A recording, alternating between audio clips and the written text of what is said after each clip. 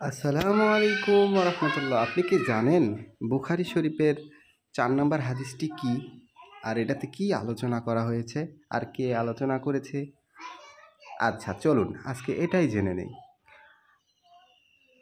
বুখারী শরীফের ৪ নম্বর হাদিসে আবদুল্লাহ ইবনে ইউসুফ আমাদেরকে হাদিস শুনিয়েছেন। তিনি বলেন, আমাদেরকে মালিক হাদিস শুনিয়েছেন।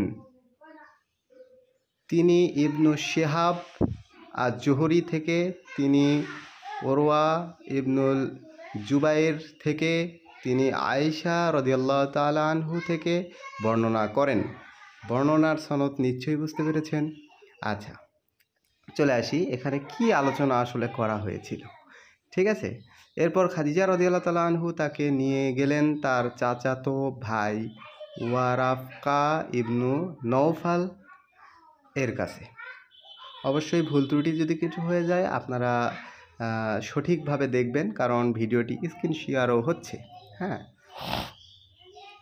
তো ওয়ারাকা ছিল খাদিজার চাচার ছেলে এবং জাহেলি যুগের খ্রিস্ট ধর্ম গ্রহণ করেছিল।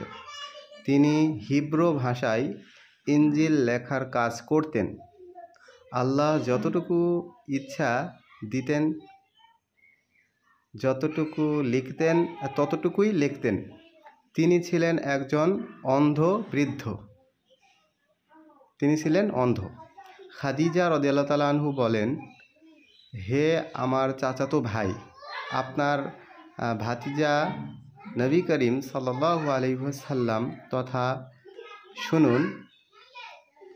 কথা শুনুন। তখন ওয়ারাকা বলেন, হে ভাতিজা, আপনি কি দেখেছেন? রাসূলুল্লাহ সাল্লাল্লাহু আলাইহি ওয়াসাল্লাম তাকে ঘটনার বিস্তারিত বর্ণনা বলেন। তখন ওয়ারাকা বলেন, এটা সেই ফেরেশতা হযরত জিবরাইল আলাইহিস সালামের কথা বলা হচ্ছে। তিনি মুসা আলাইহিস সালামের উপর বর্ণিত হয়েছিলেন। হাই, আমি যদি তখন যুবক হতাম, আমি যদি জীবিত থাকতাম, তখন তোমার কওম তোমাকে বহিষ্কার করবে, আচ্ছা, তো হাদিসের যেগুলো বিশ্লেষণ আসলে খুব আধ্যাত্মিকপূর্ণ ভাষাতে লেখা। অনেক সময় অনেক জিনিস বোধগম্য না হইতে পারে। তো একটা হাদিসের উপরে ভিত্তি করে কেউ কখনো একটা জিনিসে পৌঁছাবেন না, কারণ অন্য ব্যাখ্যা